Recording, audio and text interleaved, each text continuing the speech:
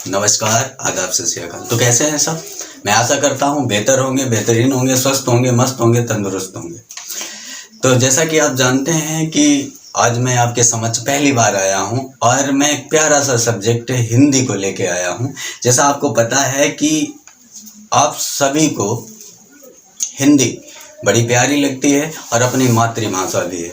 तो आइएगा, 10th और 12th में कुछ चैप्टर व्याकरण के ऐसे हैं जो हम लोग उन्हें कठिन समझते हैं, जहरीले समझते हैं। आज उन्हीं पे बात करेंगे। तो कुछ चैप्टर दोस्त ऐसे हैं जो कि 10th और 12th में बच्चा ग्रामर में जो दोनों में पाए जाते हैं। जैसे कि एक हम चैप्टर की बात करें, रस।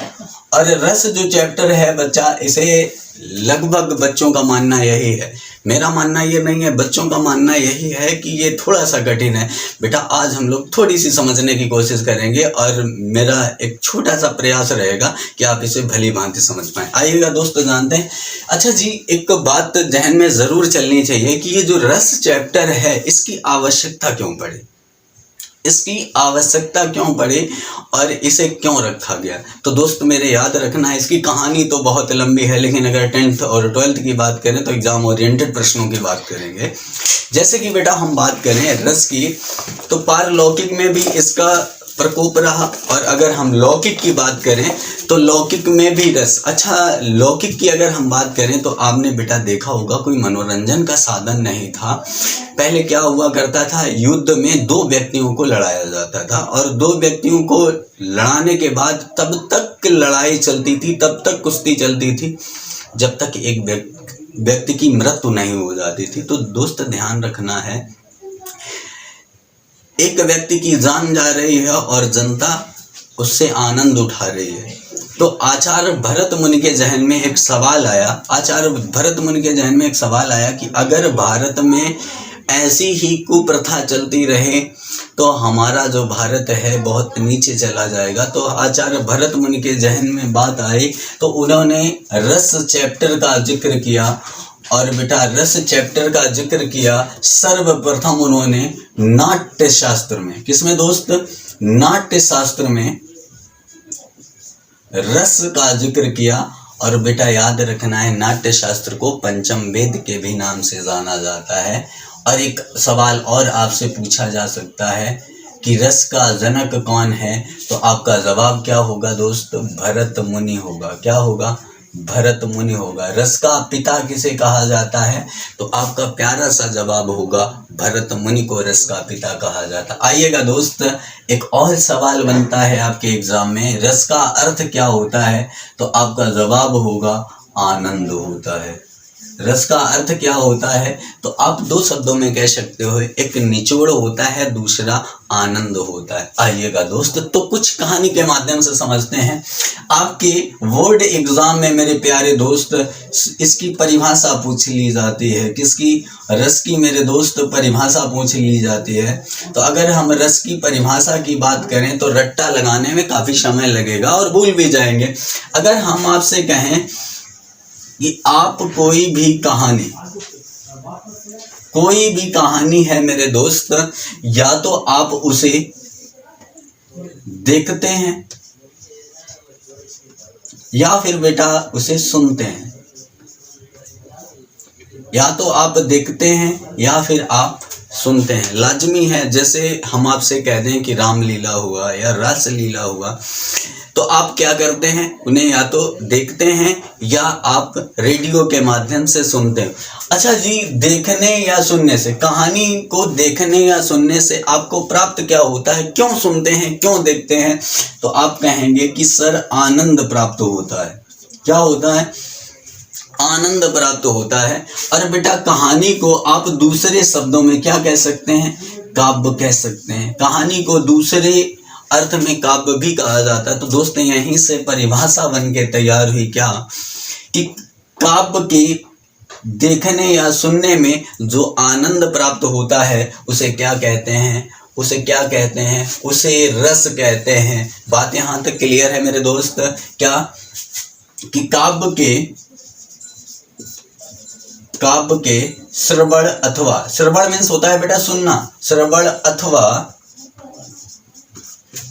दर्शन में श्रवण अथवा दर्शन में जो आनंद प्राप्त होता है, जो आनंद प्राप्त होता है उसे बेटा क्या कहते हैं? उसे रस कहते हैं। काव्य के श्रवण अथवा दर्शन में जो आनंद प्राप्त होता है उसे रस कहते हैं। बेटा याद रखना है कि अगर आचार्य भरत मुनि की बात करें तो उन्होंने एक शब्द और ऐड कर दिया है, जोड़ दिया है। क्या? काव्य के श्रवण अथवा दर्शन में जो अलौकिक आनंद प्राप्त होता है उसे क्या कहते हैं? उसे रस कहते हैं। आइएगा दोस्त, अब सीधा सा आपके एग्जाम में छपेगा प्रश्न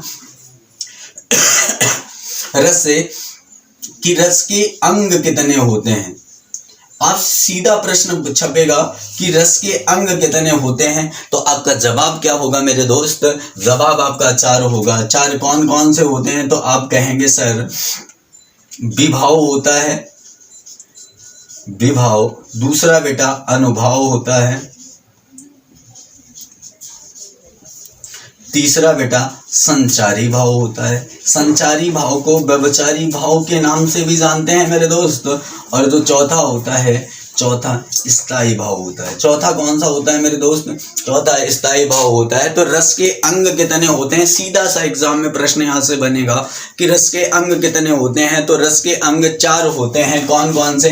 पहला बेटा होता है विभाव, दूसरा होता है अनुभाव, तीसरा होता है संचारी भाव और चौथा होता है स्थायी भाव। मैं आशा करता हूं यहां तक बात आप समझ पाए होंगे, यहां तक बात आप समझ पाए होंगे। बोलो बात क्लियर है क्या? अब बेटा एक और प्यारा सा प्रश्न बनता है। प्यारा सा प्रश्न क्या बनता है कि रस की संख्या कितनी होती है। यहाँ पे बच्चों की बड़ा समस्या रही है कि रस की संख्या कितनी रही है। वैसे बेटा देखा जाए नाट्य शास्त्र के अनुसार आचार्य भरत मुनि ने रसों की संख्या 8 बताई है।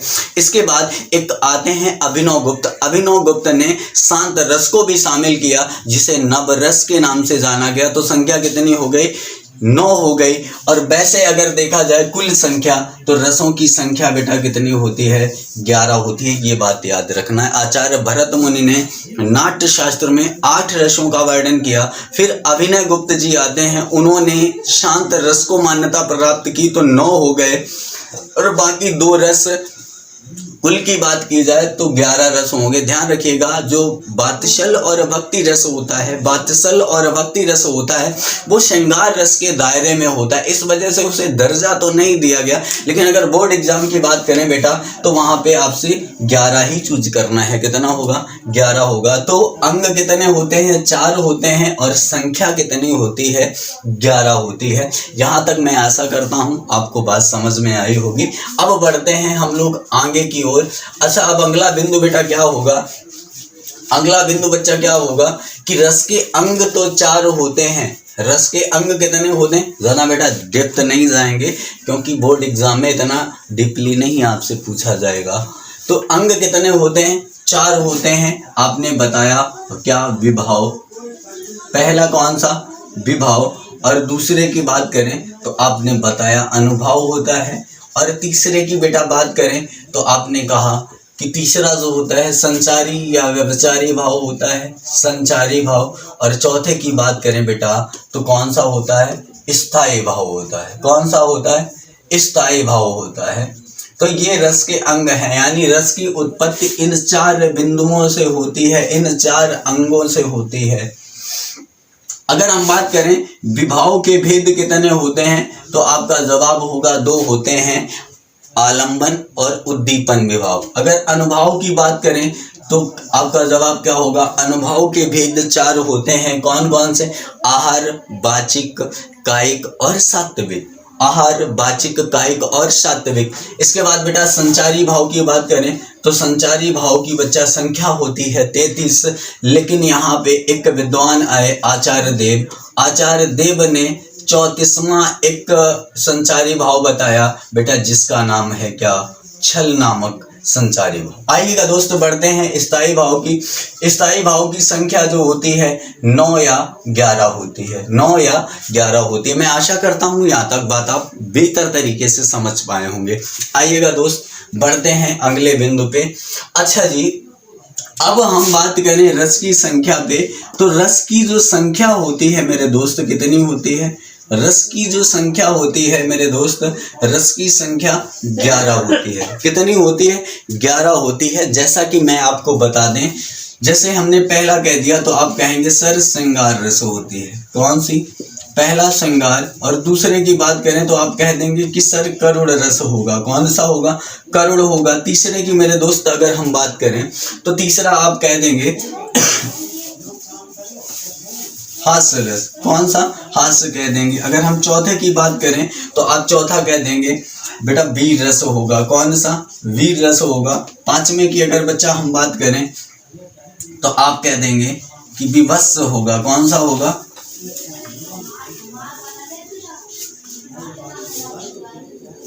विभत्स होगा। और बेटा अगर हम छठे की बात कर रहे तो आपका जवाब क्या होगा?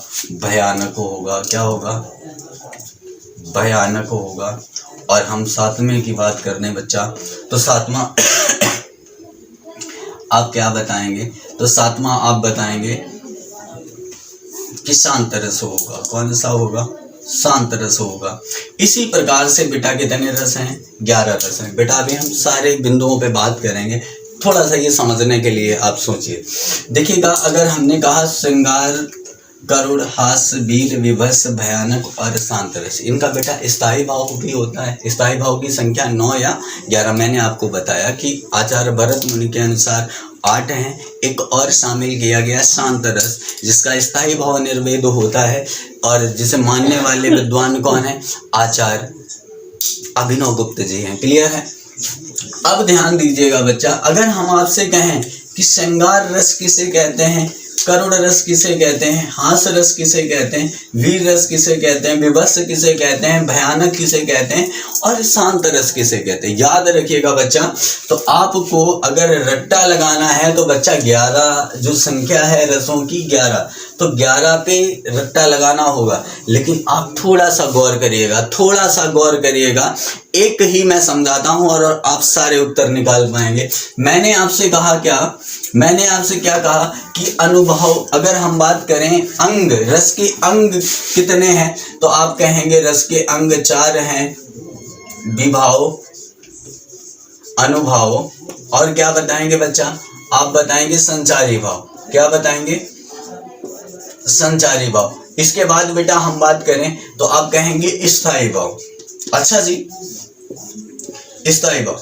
आप सभी भली भांति जानते हैं कि रसों की संख्या 11 होती है। रसों की संख्या कितनी होती है? 11 होती है। मेरे दोस्त यहाँ से कोई भी रस उठा लीजिएगा। मैंने कहा कि श्रृंगार रस किसे कहते हैं? श्रृंगार रस, रट्टा नहीं लगाना है मेरे दोस्त। श्रृंगार रस किसे कहते हैं? तो आपका जवाब क्या होगा कि श्रृंगार रस का जो स्थायी भाव होता है बेटा वो रति होता है। रति आप जानते हैं, कामदेव की पत्नी का भी नाम था रति। तो श्रृंगार रस का स्थायी भाव क्या होता है? रति होता है। अच्छा, आपने देखा स्थायी भाव, स्थायी भाव, श्रृंगार रस की परिभाषा निकालनी है तो स्थायी भाव के नीचे आपको स्थायी भाव रख देना है। श्रृंगार का स्थायी भाव क्या है? रति है। क्या बच्चा अपनी तरफ से 2 शब्द जोड़ सकते हैं? जब और नामक। जब और नामक। तो अब देखना गुरु, इसकी परिभाषा क्या बनेगी? जब रति नामक स्थायी भाव, विभाव, अनुभाव, संचारी भाव से मिलते हैं तो श्रृंगार रस की उत्पत्ति होती है। जब रति नामक स्थायी भाव, विभाव, अनुभाव, संचारी भाव से मिलते हैं तो किसकी उत्पत्ति होती है? श्रृंगार रस की उत्पत्ति होती है। इसी प्रकार से 11 की आप परिभाषा निकाल सकते हो। जैसे बेटा हमने कह दिया करुण रस। करुण रस का स्थायी भाव बेटा क्या होता है? तो आपका जवाब होगा करुण रस का स्थायी भाव शोक होता है।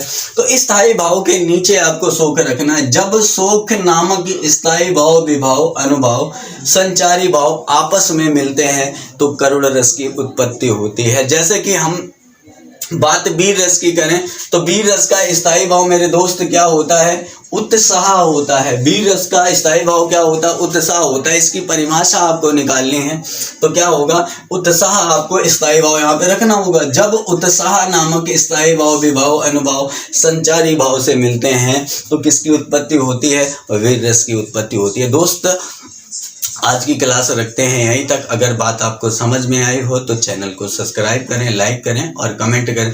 यदि जो कोई कमियां आपको लगी हों तो अपना सुझाव कमेंट बॉक्स में जरूर दें। जय Hind, Vande Mataram. Thanks for watching.